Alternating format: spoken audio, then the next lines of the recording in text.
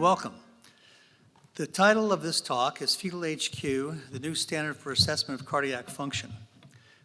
This is an interesting quote. It's from T.S. Eliot, and he said the following: "We shall not cease from exploration, and the end of all our exploring will be to arrive where we started and know the place for the first time." This really pertains to the four-chamber view. As we go through today's discussion, I think you'll get a sense of returning to the four-chamber view, which was the very first view we looked at it in the fetal environment, will give us a lot of information that we did not expect to see. This is just a list of publications since 2015 that deals with fetal HQ. So this is the background for the areas I'll be discussing, and all of this has been peer-reviewed. So when we examine the fetal heart, the question we can pose is, what should be examined? What should be evaluated? There are two major concepts. The first is the size and shape of the four-chamber view. The second is the size, shape, and contractility of the ventricles. So we're going to explore each of these areas and show you how this is done. And then, after I go through the measurements and what we've done, I'm then going to share with you three different clinical areas that we've used this tool, Fetal HQ, to examine the heart and show you what we've done clinically, which I think is very relevant to our discussion. So first, let's look at the shape and size of the four-chamber view. How is this done? This is a paper published in 2017, and what we did, we measured the shape by measuring it in diastole, the length of the four-chamber view and the widest width of the four-chamber view. So when you divide the length by the width, you compute what's called the global sphericity index. Now, the global sphericity index is simply a measurement of how round the four-chamber view is. And I'll show you in a moment, we've seen that has direct applications. So a value of less than 1.08 is considered to be the four-chamber view to be more globular in shape. Now, if we look at the area or the size of the four-chamber view, we've published two papers. The first one was using the point-to-point trace, which is on the four-chamber view on your machine, you go point, point, point, and you measure the area around the four-chamber view. You can also use an ellipse tool on the machine. But basically, cardiomegaly, which is what we're trying to define, has been associated with a number of different problems. For example, if we look at congenital heart disease, cardiomegaly is associated with this list of malformations. Arrhythmias, congenital heart block, is associated with cardiomegaly. Peripheral vascular disease, ductus venosus, fistulas, et cetera, is associated with cardiomegaly, as well as other fetal conditions. So cardiomegaly as a screening tool is very important because it is associated with a number of different fetal conditions. And we can do that on the machine. It's hard for you to see because these are very small dots. This is a trace on the ultrasound machine. Or you can do it with an offline package, a DICOM measurement tool, which we also have used to make the same measurements. Oops, go back here. Now, let's do this. Now, the other thing that's important is we look at the size of the four-chamber view, we know that things change over time. The size of the heart changes as the fetus grows in age or in size or weight. And so what one has to do is convert the actual measurement that you make at a given point in time. Say at 24 weeks, you measure the area. You have to ask, how do I correct that so I can have a standard value that I can compare statistically, or looking at what it means. This is done by computing the z-score. And what you have to do, and this just illustrates it, these are equations generated from a control group of 200 fetuses for the various independent variables, head circumference, biparallel diameter, et cetera. And this is the standard deviation equations. Once you've assessed this, then, for example, let's say that you're using gestational age. You'd say, what is the measured value from the fetus that you're examining? You'd put that into the equation. Then you'd say, what is the mean for this gestational age or this estimated fetal weight? You use one of these equations to do that. And then what is the standard deviation, again, derived from equations? Once this is done, you compute a z-score. A z-score then is independent of how old or how big the fetus is. You use this in your statistical analysis. And a z-score has an equivalence to a centile. For example, a z-score of minus 1.65 equals the 5th percentile, or a z-score of 1.65 equals the 95th percentile, and so on and so forth. Now, this just illustrates, for example, if we use the trace method, the ellipse method for the area, this is a curve superimposed one on top of the other. There was no difference whatsoever in our analysis. We also provided in the paper a calculator for doing so. Now, this is a paper recently published from the Barcelona group in which they measured, I think, close to 600 fetuses. They did it by hand. And if you look here, for example, at the four-chamber view width and the length and the area, these curves are almost superimposed upon our data set, telling me that they did a great job because their data looks like my data, or vice versa. But this is important because it shows you that independent groups can have the same measurement, same findings, the same distribution. Okay, that's a simple tool. Measure the length, the width, the area of the four-chamber view. Now this is the exciting part. We're going to talk about size, shape, and contractility.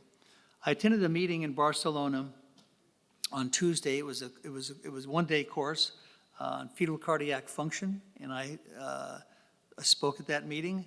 And also I listened to a number of cardiologists. And the thing that was interesting was the following. The cardiologists stated in a number of different ways that as the heart changes in the fetus, you go through changes in the shape first, the size, and then the contractility. So there's a sequence of events for deterioration. So what we're going to share with you now is how we can do this simultaneously in less than 4 minutes. So let's begin. So the question would be, what would be the characteristics of the ideal measurement tool to evaluate the right and left ventricles of the fetal heart? What tool could we use? Well, let's look at this. The first would be, I'd like to measure the size of the ventricles. I'd like to measure the shape of the ventricles and the contractility of the ventricles. So I'd like to have those three components. Secondly, I'd like to make these measurements simultaneously, all at once, not have to take and do multiple measurements. Thirdly, I'd like it to be angle independent of the position of the four-chamber view. Many of you may know that all the Doppler studies of looking at cardiac function, or the TAPS or the MAPS, unless you have an MO that you can steer, all of them require the four-chamber view to have the apex at 12 o'clock or 6 o'clock. The trouble is, in the third trimester, that position we saw only 25% of the time. I don't have time to spend an hour bouncing that fetus around in utero, having the mother walk, come back. I don't have the time. So I found that tool not as helpful because I couldn't get the position apex up all the time. So that's why it has to be angle independent. And third, provide the results of actual measurements, z-scores and centiles using different independent variables of fetal biometry and gestational age. Now, why is that important? That's important because if you have a fetus with a certain condition, you may not want to choose gestational age as your independent variable. You may want to choose the weight or the head circumference. And finally, and you want to be able to have quantitative measurements. And finally, it should take less than 4 minutes. So what is this? The tool is called speckle tracking. This is just an example. Hopefully you can see these on the screen. We have a tracing of the endocardial movement. On the left, you see the green line showing how the ventricles are moving. Here, this shows the movement of the individual parts of the muscle and how they move depending on where you are on the ventricle. This is what's called a vector analysis. Okay, now what is speckle tracking? What does it do? If you look, for example, I've isolated here a simple square on the endocardium. That square, when you blow it up, has individual pixels.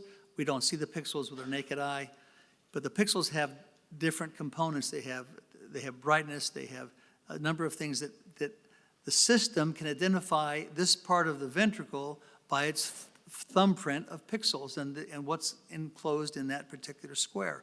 And then it can track the movement of that thumbprint as the heart moves. You can see here, this is now tracking those pixels that are moving during systole. So it's tracking pixels. Secondly, once we have this tool to do so, if you look underneath the blanket, so to speak, what is the tool doing? Well, it's dividing the chamber. It has 49 points.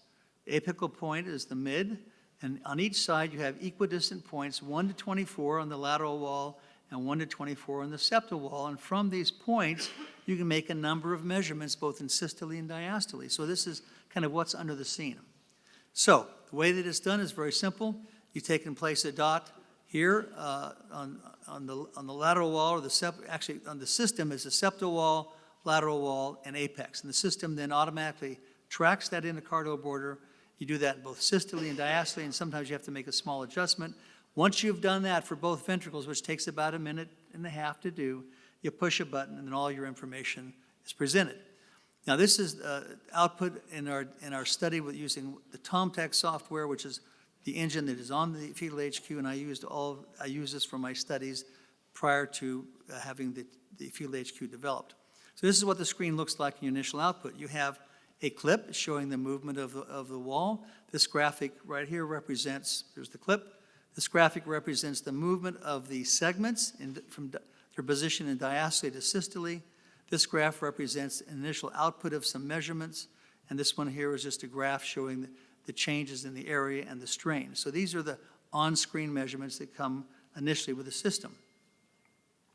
However, when we saw this, we asked the question, what else can we measure besides what the system gives us? Because these measurements I just showed you are really derived for the adult population, because the software is from an adult cardiac protocol. So going back and talking with the engineers, I showed you that graph a few moments ago of those 49 dots. I said, I want more information. So here's what we did. This is first what the data looks like coming out of the system that I first had. And I think you can appreciate there's a lot of little coordinates here, probably several thousand. So when you look at that, you get a headache, right? And you're going to go, what's that? Well, what we did, working with the engineering people, we then took that sheet that I just showed you and we brought it into an Excel spreadsheet, which we created. And from that, we're going to share with you the measurements that we made, okay? So here's what we have. Now we're going to talk about the measurements, new concepts. These, as I go through this, you'll see some things that have never been reported before that I think are very useful. So let's do this. First of all, the 24-segment diastolic and systolic measurements. So what we do, this is the 4-chamber view. This is the graphical overlay of that 4-chamber view. You see we divide the heart into 24 segments equal distant from the base to the apex. We can obtain the length as well of the chamber, and we can also compute the area. So this is what's done automatically. From that, we can derive a number of things. This is a paper we published. We wanted to compare this with what was been done before. We measured the area of the ventricles, the basal width, the mid-width, and the length of the chamber. This has been done in other studies by using hand measurements. And we found as we looked at our data, for example, and I just recently compared this with the Barcelona group, if we look at the length of the right and left ventricles, their graphs and our graphs are pretty much almost superimposed upon each other. So this is now, again, the length of the chamber. If we look, however, at the diameter of the base, we see the left ventricle is almost, except this part right here after about 3,200 grams, is similar, but the right ventricle is wider. Now, why is that? Because they measured theirs with the apex up, and you have some echo dropout, so your borders are not as clear as if you measure the heart when the septum is perpendicular, so you have a better definition of the endocardial borders. And the same thing for the right ventricle diameter in the midsection. Again, it had a wider 95th percentile. The left ventricle was almost the same. Okay, now, the second thing we did was for the 24 segments, which represent the first 8, the base, the mid, and the apical sections of the heart, so the base would be divided by thirds, and a third of the ventricle would be the base, the mid, and the apex. This is the right to left relationships of these measurements. And so we did that because that would be important when we have cases of disproportion. And finally, we measured the shape of the ventricles by doing the 24-segment sphericity index. You divide the length by the width. And so this is the shape of each of these segments going from the base to the apex of the heart, called the 24-segment sphericity index. Now, this is the paper we published in 2018. Right and left ventricular 24-segment sphericity index is abnormal and small for gestational age fetuses. What did we find that was important? All the previous papers that looked at sphericity index, and sphericity index, when the chamber is globular, has neonatal implications, has fetal implications, so it's an important measurement. But the other papers only measured the width at the base of the heart. If we had done so, we would have identified for the right ventricle, 23% of the fetuses would have had an abnormal sphericity index of the right ventricle. If we included all 24 segments, that increased to 40%. And you can see that different parts of the ventricle became more globular, not simply the base. The base was not concordant with the other parts of the ventricle necessarily. The same thing for the left ventricle. 33% if we measured the base, 53% if we measured all areas of the chamber. So the 24-segment sphericity index is an important tool. Finally, we look at now contractility. There are 3 different types of contractility we measure. The first is global contractility. We measure the fractional area change. We have transverse contractility, where we measure diastolic and systolic widths at the point where they are in the cycle, and then we compute a fractional shortening. And we have longitudinal contractility, that is how far is the base shortening towards the apex, and in this group is the strain, which you've perhaps heard about. So these are the 5 different types of measurements that we've made. Let's look very quickly. Fractional area change measures the end diastolic area minus the end systolic area divided by the end diastolic area, gives you a value of fractional area change. 24-segment fractional shortening, the same concept. Now, this is also an important concept that we learned from this experience.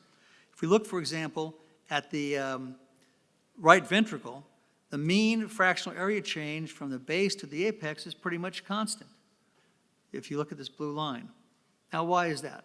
Because if you look at this graphic, there's very little septal movement of the right ventricular septum, but almost all the movement is involving the lateral wall. So the lateral wall of the right ventricle is what is really moving most of the time towards the center of the chamber with little movement of the septum. If we look at the left ventricle, however, you'll notice that at segment 7 through 24, now this mean value is higher for the left ventricle. Why is that? Because the left ventricle has a contribution of both the lateral wall and the septal wall. Therefore, the fractional shortening is higher.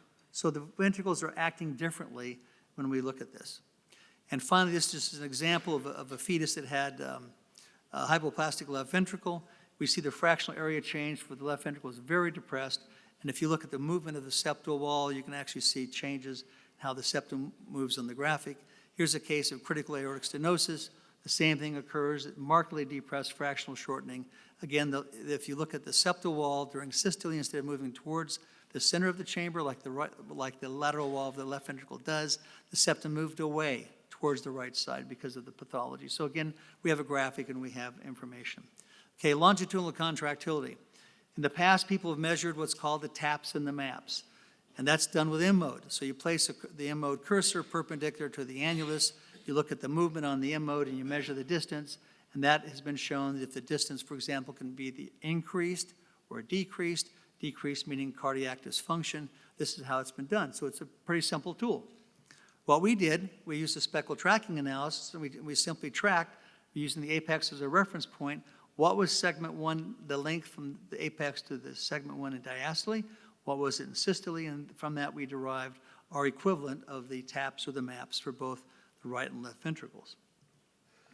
Now what's interesting, and it's called APS, if you say taps or maps, that means tricuspid annular plane systolic excursion, or mitral annular plane systolic excursion. That's the big long term for it. And we found that, for example, if we look at the left and the right ventricles, the lateral wall, of course, has more excursion than the septal wall for both ventricles. If we then compare the ventricles, we note that the lateral wall of the right ventricle has more of an excursion during systole. It moves more towards the apex than the left ventricle does, but the septal wall for both ventricles is about the same. Finally, we also computed what's called the longitudinal annular displacement fractional shortening. We took a point in the mid of the chamber and made these measurements from spectral tracking and created a value that tells you how much it moved in the center. It's kind of a derived measurement. And we also took and measured strain. Now, you've heard about strain perhaps. What is strain really? Strain is the following. What you simply do is measure the length of the endocardium in diastole, the blue line. And then you measure the length of the endocardium in systole. And the cardiologists, because of how they interpret a term called deformation, they took the end systolic length minus the end diastolic length divided by the end diastolic length, and it gave you a negative value. So a minus 23 is a better contracting heart than a minus 14. Now, if you just took the absolute values, you would say 14, 23. It's the same concept, but they have negative values just because how they defined it, okay? But bottom line is strain represents how much the entire endocardium contracts in systole. And so you measure that, and that's called longitudinal strain. And what we noticed was in our longitudinal strain measurements, these are other studies, our mean our value, our mean value was, let me back it up. Our distribution, comparing to other studies, their mean values were similar to ours. They fit within our distribution curve. So these are a number of other different studies using different systems. That's for the left ventricle and the same for the right ventricle. So our values were very similar to previously reported strain values from other investigators who used speckle tracking to look at just strain by itself. Okay, and finally, before I get into the pathology cases, we can also measure left ventricular function. And the concept here is you divide the chamber again into 24 equal segments, and from this you can derive, the adult cardiologists have done this for years, can compute the volume of each of these segments, sum them, then you end up with an end diastolic volume and an end systolic volume. And from that you can compute the stroke volume per kilogram, the cardiac output per kilogram, and the ejection fraction. And so this is only for the left ventricle because the left ventricle is shaped like a bullet, whereas the right ventricle is shaped more of a triangular type of shape, and you cannot use what's called the Simpson's rule in the right ventricle. Now, you perhaps, those of you who have done this, looking at cardiac output, have used pulse Doppler. And those of you who have done that, or those of you who have heard about it, the way that is done is simply you measure the diameter of the aortic and the pulmonary outflow tract, and you measure the velocity time integral from the Doppler waveform, and using this equation, you compute the cardiac output from both ventricles. Okay, and these are diagrams from previously published studies. What's the problem with this? It's very simple. I want you to see if you've had too much coffee and you're doing a measurement of the aortic diameter. Here it is right here. This is the appropriate measurement.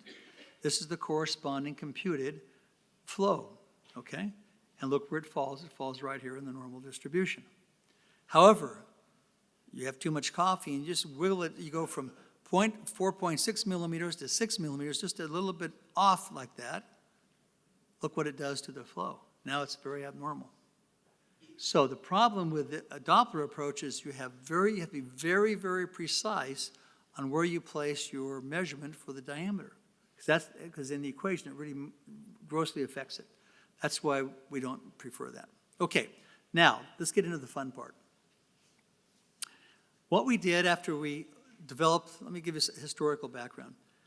What I did historically when I first started this process, I contacted the company that makes the software for adult cardiology. Their names are TomTech. They're out of Munich, Germany. I asked them, I said, I've heard about your software. Can I use it in the fetus? They said, I don't know, maybe. I said, okay. So they gave me a trial version for 20 or 30 days.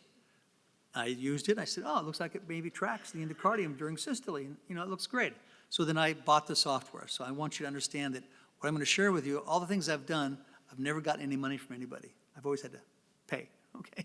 Bought the software, and Fetal HQ, on my 5 machines, I purchased that as well, so I don't have nobody's paid me to do any of the stuff I'm going to share with you. So I'm completely independent of any bribery, okay, if you want to put it that way. So I did that on purpose. Some people said, well, gee, why aren't you taking charge of companies for what you develop? I said, because the minute a physician takes $1, other than getting paid, maybe give a talk someplace, takes $1 for doing anything like that, then all of a sudden you're compromised because you're doing something because you have a vested interest in it. I don't have that. So I just want to make that clear because I think that's really important.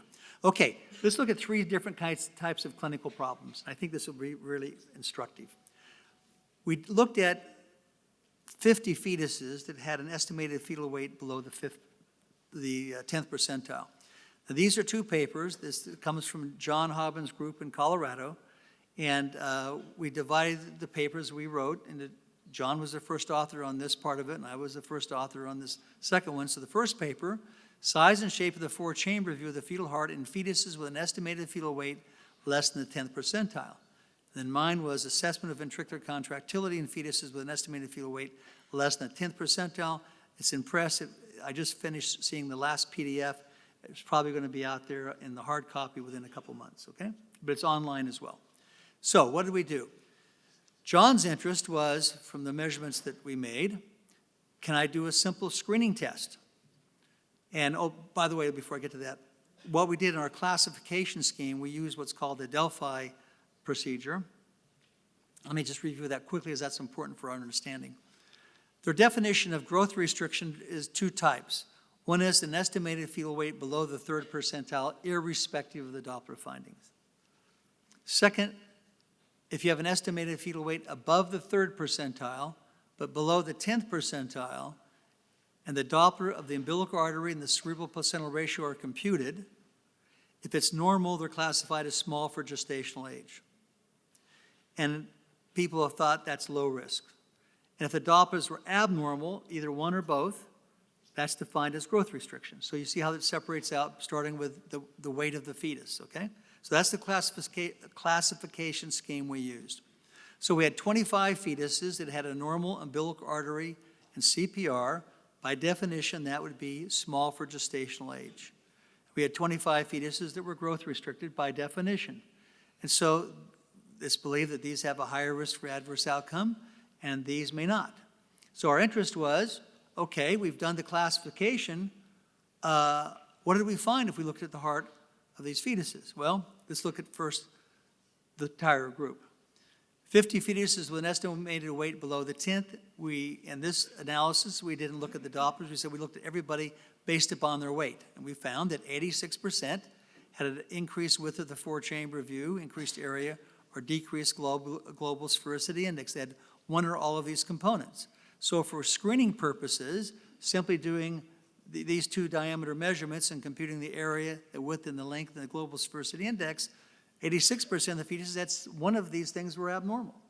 Then if we looked at contractility, and I'll show you in a minute, 86% had abnormal ventricular contractility. That's in the entire group, okay? Next, we looked at 25 fetuses that had abnormal umbilical artery and or CPR. 92% had an abnormality of the 4-chamber view in size or shape, and 97% had abnormal ventricular contractility. And more importantly, this is, I think, the take-home message. If we look at the fetuses that were small for gestational age, by definition, 80% had one or more abnormalities of size, shape of the 4-chamber view, and 85% had abnormal ventricular contractility. So what's the take-home message just on this first concept? You'd expect the fetus with growth restriction to have something wrong with the heart many times. But the SGA fetus, the one that you've defined as having a normal Doppler, they had a higher incidence of adverse or abnormal measurements. Now we know that fetuses who have a globular-shaped heart and globular-shaped ventricles, that they have neonatal consequences. It's been reported by a number of different groups. So this is an important screening tool. So if you have an SGA fetus, by definition, if you don't have the fancy fetal HQ system, make 2 linear measurements, length and width, and compute the area and the width and the sphericity index. And in the paper, we have all the paper's been published that has calculators you can download. You can compute that and very quickly ask, do I have a big heart? Do I have a wide heart? Do I have a globular-shaped 4-chamber view? Okay, now if we look at the functional aspects, global contractility, I've highlighted SGA. This is the two growth-restricted categories. You'll see that they're very much the same as far as the incidence of abnormal fractional area change. If we look at the transverse contractility, you see the right ventricle more frequently has decreased transverse contractility in all 3 groups than the left ventricle does. If you look at longitudinal contractility, they're very similar, again, almost equally distributed among the groups. So the contractility is a part of the package of abnormal findings, irrespective of whether you're SGA or whether you have fetal growth restriction by definition. So the important message is, when you look at the definitions, fetal cardiovascular dysfunction is present in small for gestational age fetuses as well as growth restricted. So the take-home message in this study is, you have an SGA fetus, go look at the heart, okay? Now, and this is also important, this is a study where the authors used other measurement tools for looking at cardiac function, found none of them were abnormal in the SGA group, but when they looked at atrial natriuretic peptide, it was an indicator of volume loading. They found that in the group that had a weight below the 10th percentile, normal umbilical artery, abnormal CPR, weight below the 10th, normal umbilical artery, normal CPR, they still had an increased incidence of this biochemical change. So this is some indirect evidence of something's going on with the heart. Okay, now the second group, this is also a very interesting group. Fetal growth restriction with absent reverse diastolic flow. This was a study done with Dr. Roberto Romero's group from the perinatology research branch. We had 53 fetuses with a weight below the 10th percentile. All of them had absent or reverse diastolic flow of the umbilical artery, very severe. In this group, 16 died, perinatal deaths, and 37 were born alive and lived. So perinatal deaths, 8 were fetal, 8 were neonatal deaths, and the 37, they lived through the perinatal period. So the question is, can I identify something that would tell me what's different between those with a perinatal death and those who were alive? We compared the groups. We found the area of the four-chamber view, the width, the length, and the GSI, the distribution was pretty much the same, with maybe a little bit higher, but not significant, in those who had a perinatal death. So these measurements were all abnormal in many of the fetuses. If we look at the right ventricular 24-segment width above the 95th percentile, again, no difference between those who died and those who were alive. If we look at the wall thickness of the ventricles, again, no real difference between the two groups for those who lived and those who died. So you're seeing that both groups had different types of changes.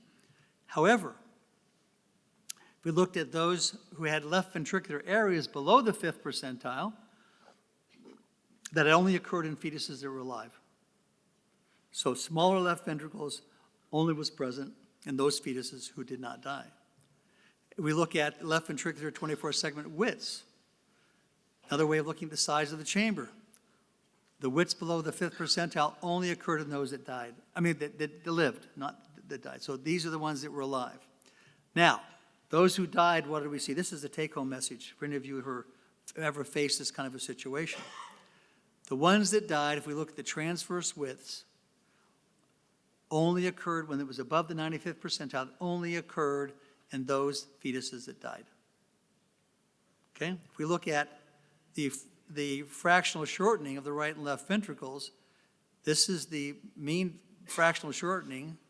You'll notice it's below the 15th percentile. Here's the ones that are alive, and in the base of the heart, significant difference, and then towards the end, they kind of coalesced in the apical portion, but the right side had much better contractility than the left side. And the ones that died versus the ones that were alive for the right ventricle. Now here's the left ventricle. This is the take-home message. Left ventricular fractional shortening 24-segment. Look, below the 10th percentile. And from the segment 9, the mid portion of the heart, hovering around the 2nd percentile. This occurred in 81% of the fetuses that died, okay, compared to the ones that were born alive. And finally, if we look at the left ventricular ejection fraction, looking at the Z-score, what do we see? Z-score of minus 5.6. It's very, very low. So what we basically have, to help you separate out, 94% of the fetuses that died had one or both of these findings: abnormal left ventricular ejection fraction or fractional shortening of the 24 segments. So, if any of you are sleeping, wake up. There's the most important point. If I had a fetus that had absent or reverse diastolic flow, I'm trying to ask the question, is this kid going to die or is it going to be alive? I want to know. Look at that left ventricle. If it's enlarged, you're pretty close to having a problem. If fractional shortening and the strain and LV ejection fraction are decreased or depressed, you have a problem. You better pay attention to that. If the left ventricle is small, those kids lived. So what happens? The left ventricle fails right before the kids die, okay? And that's the key element. The right ventricle pays a price for a long time. The left ventricle takes a dive, and when that happens, you're in trouble. So that's important. Okay, so what are the conclusions of that one? Cardiomegaly is common for both groups of fetuses. Ventricular wall thickness is common for both groups of fetuses. A smaller left ventricular area is present in those who did not have a perinatal death. A larger left ventricle is present in those who had a perinatal death. Abnormal LV contractility was present in fetus with the perinatal death, as represented by the following: decreased LV ejection fraction, decreased LV fractional area change, and decreased 24-segment fractional shortening. Okay, finally, in the next 7 minutes I've got, I'm watching my watch here. Coarctation of the aorta. This was published recently. And what we did, we had 50 cases of coarctation. I wanted to know what was the profile of fetuses with coarctation, because that's a common thing we see. We see disproportion in the third trimester, and we want to know, is it a coarc or is it not? So here's what we found very briefly. Coarctation fetuses, the 4-chamber view, the GSI was decreased in 31%, the transverse width was increased in 24%, area was increased in 22%. If we looked at the flattened chamber, that's the sphericity index, above the 95th percentile, it occurred in the left ventricle between 28 and 64%. So the left ventricle, of course, was flattened, which is pretty intuitive. The right ventricle was increased in diameter, had a more round chamber. You see the distribution of the base, the mid, and the apical portions of the ventricle. If we looked at the end diastolic area, abnormal below the 5th percentile in 86% of the left ventricle, and it was large in 30% of the right ventricle. If we look at contractility, we see, for example, below the 5th percentile, distribution of both ventricles, longitudinal strain, abnormal strain, decreased fractional shortening. And so finally, we came up with a profile. And basically, left heart is smaller, and the left heart is more flattened in shape. The right heart is bigger, and you have changes in contractility in both ventricles. So here's so you say, that's interesting. I kind of thought that. Let's ask the final question here. How can we predict which fetuses will have neonatal coarctation of the aorta from those who will not? This was a collaborative study with, again, 2 institutions, and we had, what was done, I was sent 108 4-chamber views to analyze. And it drove me nuts. It took me a few weeks to do that. So I did my analysis, and I then used all the z-scores for each of the fetuses, and I put them into a logistic regression equation, or a computer. Now, before I did that, I was blinded to what these fetuses had. I examined 108, not knowing who had what. So I wasn't, I didn't say, well, these are the 54 coarcs, and these are the 54 false positives. I didn't know what they had. Then we broke the code, put them in for analysis, and we know that clinically 50% have a false positive rate when they're seen by a pediatric cardiologist. All 108 fetuses were suspected to have coarc by the pediatric cardiologist after they did the consultation. And they measured the aortic arch, and they measured a bunch of things. But we know in the literature the false positive rate when the cardiologist does that using other tools is about 50%. That means they're wrong half the time. So here's what we found. These are the variables that came out of the equation. We had the 4-chamber view end diastolic measurements, ventricular end diastolic size, ventricular end diastolic shape, ventricular global contractility, ventricular strain, ventricular base-apical contractility, and left ventricular function. These were the variables of the many that we looked at, and what did they do when we put them into the equation? So what you basically do, you generate your equation from the computer. It says, here's the equation, and these are the variables that are important. And each of the variables has a coefficient value that you multiply that value by your z-score value for each of these measurements. Then you sum them together, you get what's called a logit value, and then you, through an equation, that value is computed to become a probability. So if you have a probability of over 50%, we said those fetuses have coarctation. And if the probability computation was less than 50%, they don't have coarctation. So what did we find? And this is the slide. The sensitivity for detecting coarctation was 96%. The false positive rate was 4%. That means of the 54 coarcs, 52 were identified by our algorithm to have coarc, and 2 were missed. If we look at the false positives, 96% were categorized as not having coarctation for specificity of 96%, and a false negative rate of 4%. So 2 of the non-coarcs were told to have coarcs, 52 plotted out not to have it. So this becomes a very powerful tool to take and do that. So, and finally, all of these measurements that I just shared with you are on what's called the fetal HQ. Now, Tuesday at the Voluson Club at, I don't know what time it is, 1 o'clock. I'll be there demonstrating how to use Fetal HQ. So any of you who have an interest, come by, hang out for a few minutes, and I'll go through some cases. But basically, what I've shared with you, all these measurements from all these papers have been now incorporated into the GE system using the TomTech measurement tool, and the GE folks have done a wonderful job of taking those raw data and putting them into graphical form, Z-score values, so you can actually see the interpretation. And it really takes less than 4 minutes to do. And finally, the last slide says this, and I have 1 minute left. This is perfect. Okay.